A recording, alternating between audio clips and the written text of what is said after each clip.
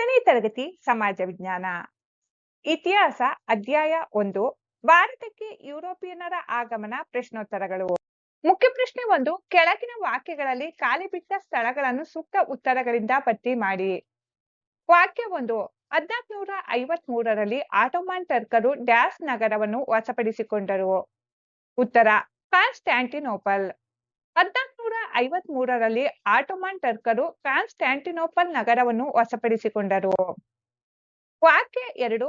ಭಾರತ ಹಾಗೂ ಯುರೋಪ್ ನಡುವೆ ಹೊಸ ಜಲ ಮಾರ್ಗವನ್ನು ಡ್ಯಾಸ್ ಕಂಡುಹಿಡಿದನು. ಉತ್ತರ ವಾಸ್ಕೋ ಡಿ ಗಾಮ. ಭಾರತ ಹಾಗೂ ಯುರೋಪ್ ನಡುವೆ ಹೊಸ ಜಲಮಾರ್ಗವನ್ನು ವಾಸ್ಕೋ ಡಿ ಗಾಮ ಕಂಡುಹಿಡಿದನು. ವಾಕ್ಯ 3. 1741ರಲ್ಲಿ ಡಚ್ಚರು ಡ್ಯಾಸ್ ಮೇಲೆ ಯುದ್ಧ ಸಾರಿದರು. ಉತ್ತರ ತಿರುವಂಕೂರಿನ. 1741ರಲ್ಲಿ ಡಚ್ಚರು ತಿರುವಂಕೂರಿನ ಮೇಲೆ ಯುದ್ಧ ಸಾರಿದರು. ವಾಕ್ಯ 4. ಭಾರತದಲ್ಲಿದ್ದ ಫ್ರೆಂಚರ ರಾಜಧಾನಿ ಡ್ಯಾಸ್. ಉತ್ತರ ಪುದುಚೇರಿ ಅಥವಾ ಪಾಂಡಿಚೇರಿ. ಭಾರತದಲ್ಲಿದ್ದ ಫ್ರೆಂಚರ ರಾಜಧಾನಿ ಪುದುಚೇರಿ ಅಥವಾ ಪಾಂಡಿಚೇರಿ. ವಾಕ್ಯ 5.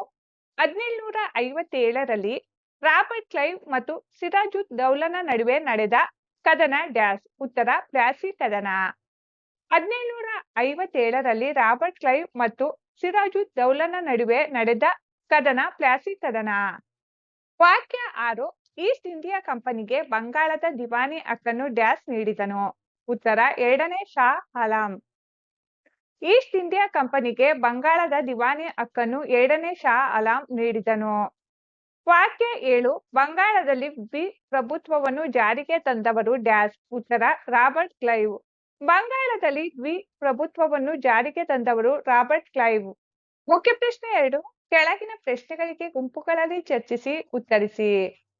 ಪ್ರಶ್ನೆ ಸಂಖ್ಯೆ 8. ಮಧ್ಯಕಾಲದಲ್ಲಿ ಭಾರತ ಮತ್ತು ಯುರೋಪ್ ನಡುವೆ ವ್ಯಾಪಾರ ಹೇಗೆ ನಡೆಯುತ್ತಿತ್ತು?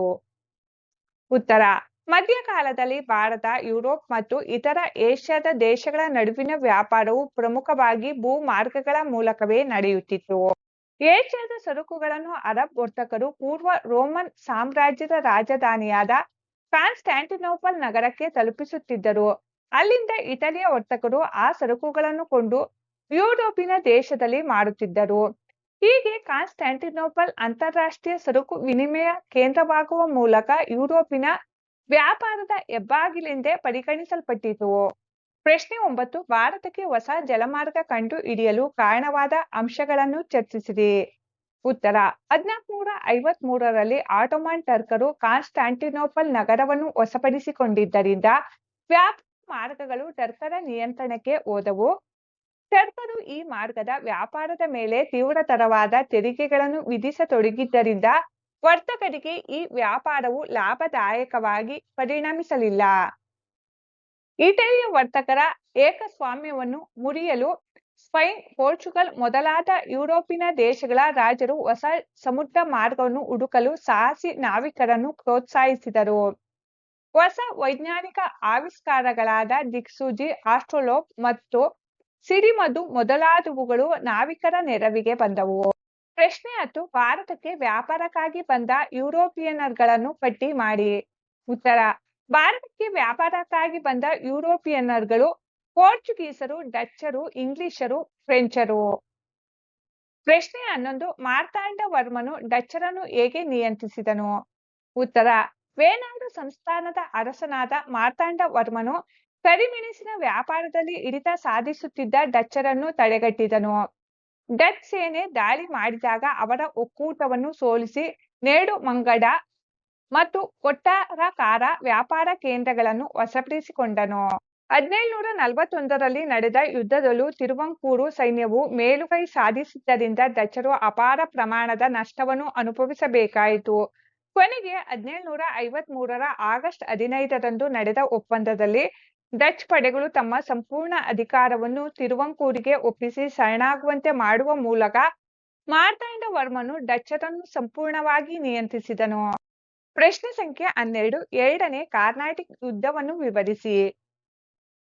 ಉತ್ತರ ಹೈದರಾಬಾದ್ ಮತ್ತು ಕಾರ್ನಾಟಿಕ್ನ ಸಿಂಹಾಸನಕ್ಕಾಗಿ ಆಂತರಿಕ ಕಲಹಗಳು ಏರ್ಪಟ್ಟಾಗ ಫ್ರೆಂಚರು ಮುಜಾಫರ್ ಜಂಗ್ ಮತ್ತು ಚಂದಾ ಸಾಹೇಬನನ್ನು ಬೆಂಬಲಿಸಿದರು. ಬ್ರಿಟಿಷರು ನಜೀರ್ ಜಂಗ್ ಮತ್ತು ಅನ್ವರುದ್ದೀನ ಬೆಂಬಲಕ್ಕೆ ನಿಂತರು. 1749ರ ಅಂಬುಟ್ ಕದನದಲ್ಲಿ ಅನ್ವರುದ್ದೀನನನ್ನು ಕೊಲ್ಲಲಾಯಿತು. ನಂತರ ಬ್ರಿಟಿಷ್ ಅಧಿಕಾರಿ ರಾಬರ್ಟ್ ಕ್ಲೈವ್ ಕರ್ನಾಟಿಕ್ನ ರಾಜಧಾನಿ ಅರ್ಕಾಡಿನ ಮೇಲೆ ಆಕ್ರಮಣ ಮಾಡಿ ಫ್ರೆಂಚರನ್ನು ಮತ್ತು ಚಂದಾ ಸಾಹೇಬನನ್ನು ಸೋಲಿಸಿದನು. ಯುದ್ಧದಲ್ಲಿ ಚಂದಾ ಸಾಹೇಬನನ್ನು ಕೊಲ್ಲಲಾಯಿತು. ಬ್ರಿಟಿಷರು ಅನ್ವರುದ್ದೀನನ ಮಗನಾದ ಮಹಮ್ಮದ್ ಆಲಿಯನ್ನು ನವಾಬನನ್ನಾಗಿ ಮಾಡಿದರು. ಈ ಯುದ್ಧವು ಪಾಂಡಿಚೇರಿ ಒಪ್ಪಂದದೊಂದಿಗೆ ಮುಕ್ತಾಯವಾಗಿ ಬ್ರಿಟಿಷರಿಗೆ ದೊಡ್ಡ ಪ್ರತಿಷ್ಠೆಯನ್ನು ತಂದುಕೊಟ್ಟಿತು. ಪ್ರಶ್ನೆ 13. ಪ್ಲಾಸಿ ಕದನಕ್ಕೆ ಕಾರಣ ಮತ್ತು ಪರಿಣಾಮವನ್ನು ತಿಳಿಸಿ. ಕಾರಣಗಳು: ಬ್ರಿಟಿಷ್ ನೌಕರರು ಕಂಪನಿಯ ದಸ್ತಕ್ ಪತ್ರಗಳನ್ನು ತಮ್ಮ ಖಾಸಗಿ ವ್ಯಾಪಾರಕ್ಕಾಗಿ ದುರುಪಯೋಗಪಡಿಸಿಕೊಂಡಿದ್ದು, ನವಾಬನ ಅನುಮತಿ ಇಲ್ಲದೆ ಬ್ರಿಟಿಷರು ತಮ್ಮ ವ್ಯಾಪಾರ ಕೋಟೆಯನ್ನು ದುರಸ್ತಿ ಮಾಡಿದ್ದು, ಬ್ರಿಟಿಷರನ್ನು ಸಣ್ಣ ಕೊಠಡಿಯಲ್ಲಿ ಬಂಧಿಸಿ 123 ಜನರನ್ನು ಉಸಿರುಗಟ್ಟಿಸಿ ಕೊಂದ ಕಪ್ಪು ಕೋಣೆ ದುರಂತ. ಪ್ಲಾಸಿ ಕದನದ ಪರಿಣಾಮ: ಬ್ರಿಟಿಷರ ಕೈಗೊಂಬೆಯಾದ ಮೀರ್ ಜಾಫರ್ ಬಂಗಾಳದ ನವಾಬನಾದನು. ಬ್ರಿಟಿಷ್ ಕಂಪನಿಯು ಬಂಗಾಳದಲ್ಲಿ ಅನಿರ್ಬಂಧಿತವಾಗಿ ಮುಕ್ತ ವ್ಯಾಪಾರ ನಡೆಸುವ ಹಕ್ಕನ್ನು ಪಡೆಯಿತು. ಬ್ರಿಟಿಷರು ನವಾಬನಿಂದ 17,70,00,000 ರೂಪಾಯಿಗಳ ಬೃಹತ್ ಯುದ್ಧ ಪರಿಹಾರ ಪಡೆದು ಬಂಗಾಳದ ಬೊಕ್ಕಸವನ್ನು ಖಾಲಿ ಮಾಡಿದರು. ಪ್ರಶ್ನೆ 14. ಬಾಸ್ಕರ್ ಕದನದ ಪರಿಣಾಮಗಳು ಯಾವುವು? ಉತ್ತರ: ಬಾಸ್ಕರ್ ಕದನ 1764. ಇದರ ಪರಿಣಾಮ: ಮೊಘಲ್ ದೊರೆ 2ನೇ ಶಾ ಆಲಂ ಬ್ರಿಟಿಷ್ ಕಂಪನಿಗೆ ಬಂಗಾಳದ ಮೇಲಿನ ದಿವಾನಿ ಹಕ್ಕನ್ನು ನೀಡಿದನು. ಶಾ ಆಲಂ ವಾರ್ಷಿಕ 26 ಲಕ್ಷ ರೂಪಾಯಿಗಳನ್ನು ಪಡೆದು ಬಂಗಾಳದ ಮೇಲಿನ ತನ್ನೆಲ್ಲ ಹಕ್ಕುಗಳನ್ನು ಬ್ರಿಟಿಷರಿಗೆ ಬಿಟ್ಟುಕೊಟ್ಟನು. ಔಧ್ನ ನವಾಬನಾದ ಸುಜ್-ಉದ್ ದೌಲನು ಕಂಪನಿಗೆ ಯುದ್ಧ ನಷ್ಟ ಪರಿಹಾರವಾಗಿ 50 ಲಕ್ಷ ರೂಪಾಯಿಗಳನ್ನು ನೀಡಬೇಕಾಯಿತು. ಮೀರ್ ಜಾಫರನ ಮಗನಿಗೆ ವಿಶ್ರಾಂತಿ ವೇತನ ನೀಡಿ ಬಂಗಾಳದ ಪೂರ್ಣ ಆಡಳಿತವನ್ನು ಬ್ರಿಟಿಷ್ ಕಂಪನಿಯೇ ವಹಿಸಿಕೊಂಡಿತು. ಈ ಯುದ್ಧವು ಬ್ರಿಟಿಷರಿಗೆ ಬಂಗಾಳ, ಬಿಹಾರ ಮತ್ತು ಒರಿಸ್ಸಾದ ನಿಜವಾದ ಒಡೆಯರೆಂದು ಖಚಿತಪಡಿಸಿತು. ಚಟುವಟಿಕೆ: ಪ್ರಶ್ನೆ 1. ಬ್ರಿಟಿಷರು ಕಟ್ಟಿದ ಪ್ರೆಸಿಡೆನ್ಸಿ ಕೇಂದ್ರಗಳನ್ನು ಕುರಿತು ಮಾಹಿತಿ ಸಂಗ್ರಹಿಸಿ. 1. ಮದ್ರಾಸ್ ಪ್ರೆಸಿಡೆನ್ಸಿ 1639. ಬ್ರಿಟಿಷರು ಚಂದ್ರಗಿರಿಯ ರಾಜನಿಂದ ಭೂಮಿ ಪಡೆದು ಇಲ್ಲಿ ಸೇಂಟ್ ಜಾರ್ಜ್ ಫೋರ್ಟ್ ಎಂಬ ಬಲಿಷ್ಠ ಕೋಟೆಯನ್ನು ಕಟ್ಟಿದರು. 2. ಬಾಂಬೆ ಪ್ರೆಸಿಡೆನ್ಸಿ 1668. ಇಂಗ್ಲೆಂಡಿನ ರಾಜ 2ನೇ ಚಾರ್ಲ್ಸ್ನಿಂದ ಬಾಂಬೆಯನ್ನು ವಾರ್ಷಿಕ 10 ಪೌಂಡ್ಗಳ ಬಾಡಿಗೆಗೆ ಪಡೆದು ಕೇಂದ್ರವಾಗಿ ಮಾರ್ಪಡಿಸಿದರು. 3. ಕಲ್ಕತ್ತಾ ಪ್ರೆಸಿಡೆನ್ಸಿ 1690. ಸುತನುತಿ ಕಲ್ಕತ್ತಾ ಮತ್ತು ಗೋವಿಂದಪುರ ಹಳ್ಳಿಗಳನ್ನು ಖರೀದಿಸಿ ಫೋರ್ಟ್ ವಿಲಿಯಂ ಕೋಟೆಯನ್ನು ಕಟ್ಟಿದರು. ಇದು ನಂತರ ಬ್ರಿಟಿಷರ ಮುಖ್ಯ ರಾಜಧಾನಿಯಾಯಿತು.